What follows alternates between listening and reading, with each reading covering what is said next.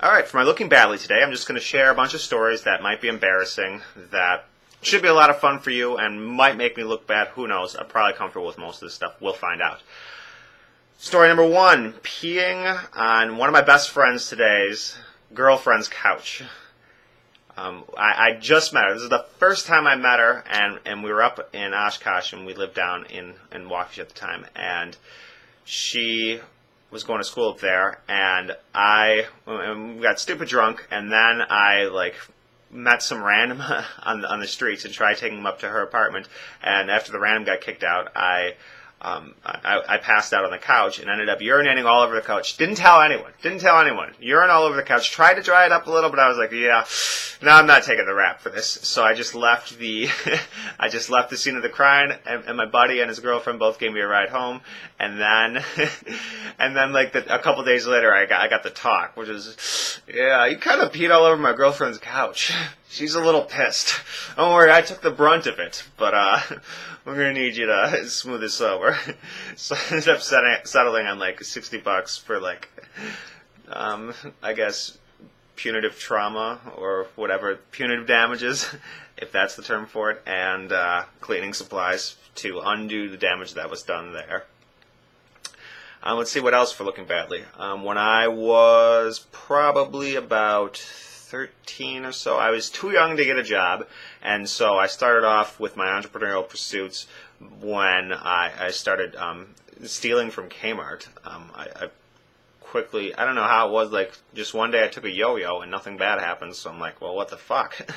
So I started exploring, and I started taking more and more different things, and then I discovered that the CDs, which had these things wrapped around them so that the security stuff would go off no matter what if you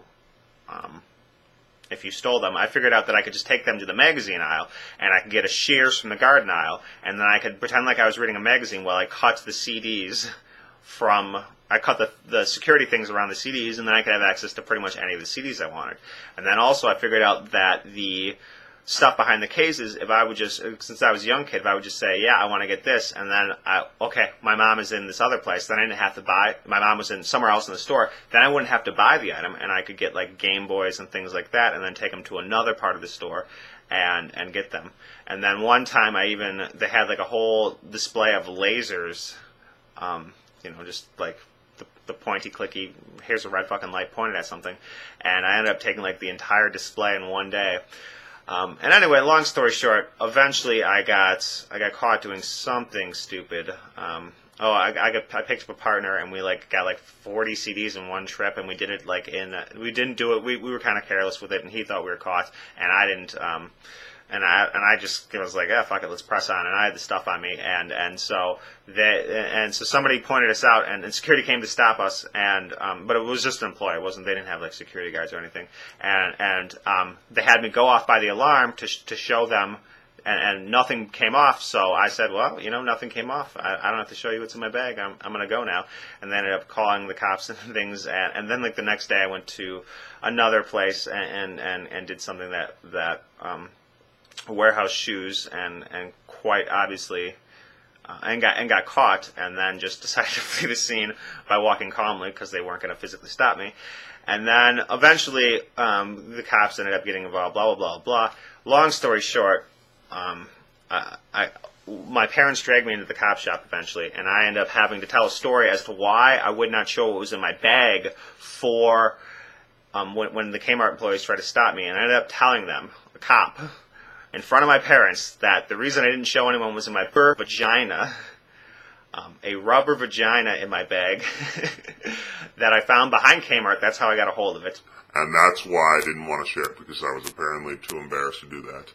And it all worked out really well, because my store was kind of airtight, and they had some witnesses, but whatever. That was kind of up in the air. But then they agreed to let me off if I would pass a lie detector test. And this sounded like a good deal. It was either I get the cops behind me or I get them off my back. So I took the lie detector test, and those things are insanely accurate. because it was like night and day difference between when I was telling the truth, because they had me tell some test questions to make sure I was telling the truth, and then some intentional lie questions as to when, so we could see what it looks like when I tell a lie, and then I got to share, and then I got to see the difference between both of them when they asked me questions about the actual crimes that I committed. So those are a couple of embarrassing stories. I hope they make me look badly, and I hope they entertained you for a little while.